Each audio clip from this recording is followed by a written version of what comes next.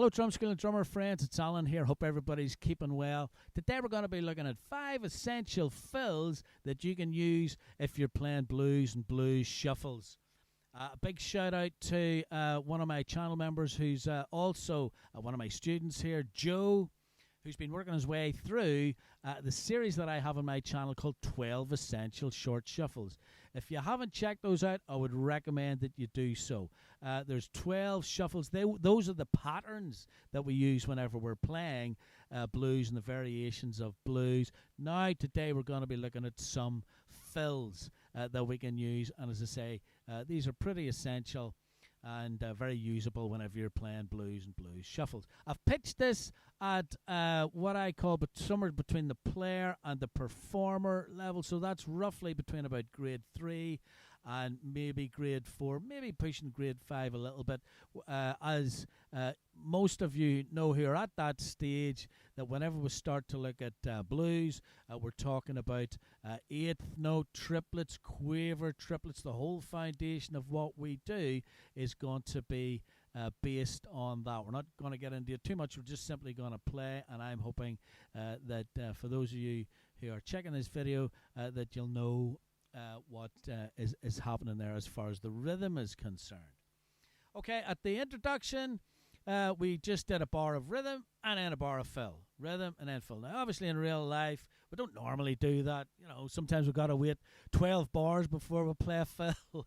But that was just to introduce these 5 fills. There are more, but these are pretty essential. And if you're starting to learn how to play blues and blues shuffles, then you want to look at these. So, without further ado, let's have a look at our 5 essential fills, including the Frank Beard-inspired fill at the end.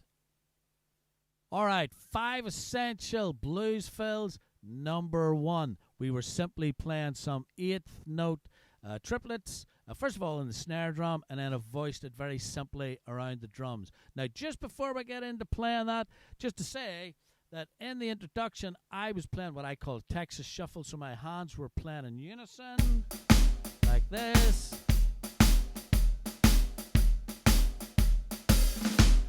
But if you're just starting out and you're learning how to play your swung quavers and essentially your first blues shuffle, feel free to keep it simple, okay? So play your shuffle pattern again, 1, a 2, a 3, a 4, but 1 and 3 on the bass drum, 2 and 4 on the snare drum. Alright, so feel free to use that pattern. Absolutely nothing wrong with that. I've done many's a gig and I've played that exact same thing in amongst my Texas shuffles and in amongst some of the others that were in that 12 Essential Shuffles series that I mentioned earlier. And again, I would recommend that you check that out. Also, just to say that please feel free to vary it, okay? So whenever you're playing the hi-hat, you might then want to switch to the ride cymbal, okay? As you would do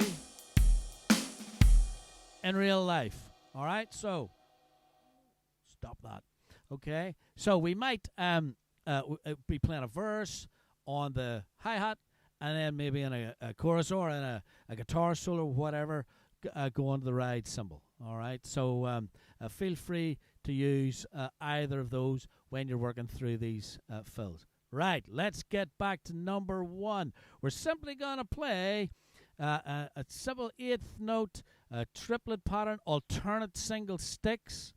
And the initial one that I played was on the snare drum, and then, as I said, I voiced it around the drums. So let's have a little go. I'm going to play my Texas Shuffle. You play your basic shuffle if you're still working on this, and then have a little go at this. How do we play our triplets? Let's remind ourselves: 1 triplet, 2 triplet, 3 triplet, 4 triplet. All right? It's 3 notes played in the time of 2. Keep them nice and round, all right? I like to think of triplets as being round, okay? And just say to yourself, evenly, evenly, evenly, evenly. 1 triplet, 2 triplet, 3 triplet, 4 triplet, 1 and a 2 and a 3 and a 4 and a, all right? But because our whole blues feel is based on triplets, then we've got to get these nice and solid whenever we're playing them. All right, so let's have a go. Here we go. So we play our shuffle.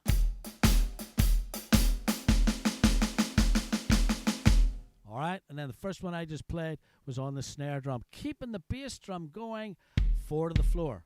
Again, if that's tricky for you to do, try to play 1 and 3. Now, with me being right-handed, the right hand is going to land on the 1 and the 3 because I'm playing alternate single sticks.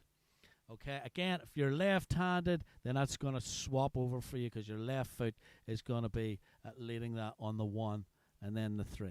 All right, so 8th note triplets. We can play it in the snare drum, or we can voice it around the drums. Now, there's loads of different ways that we can voice it. I think the one that I just chose was just simply...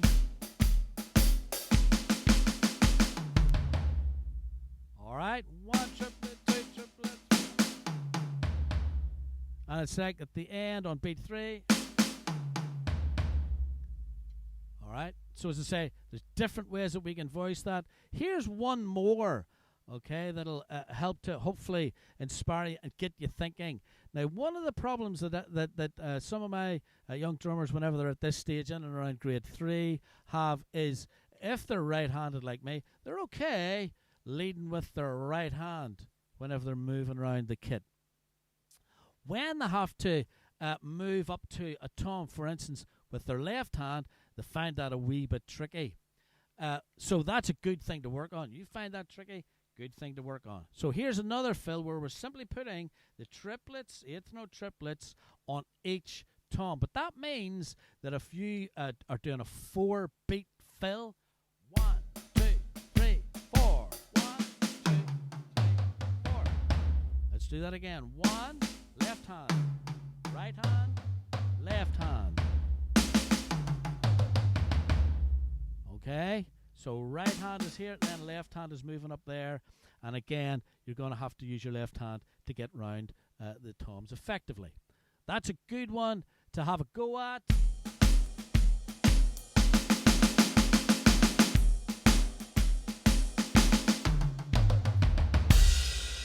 If you're one of those students, like many, who need to wake up that left hand and get it working as good as their right.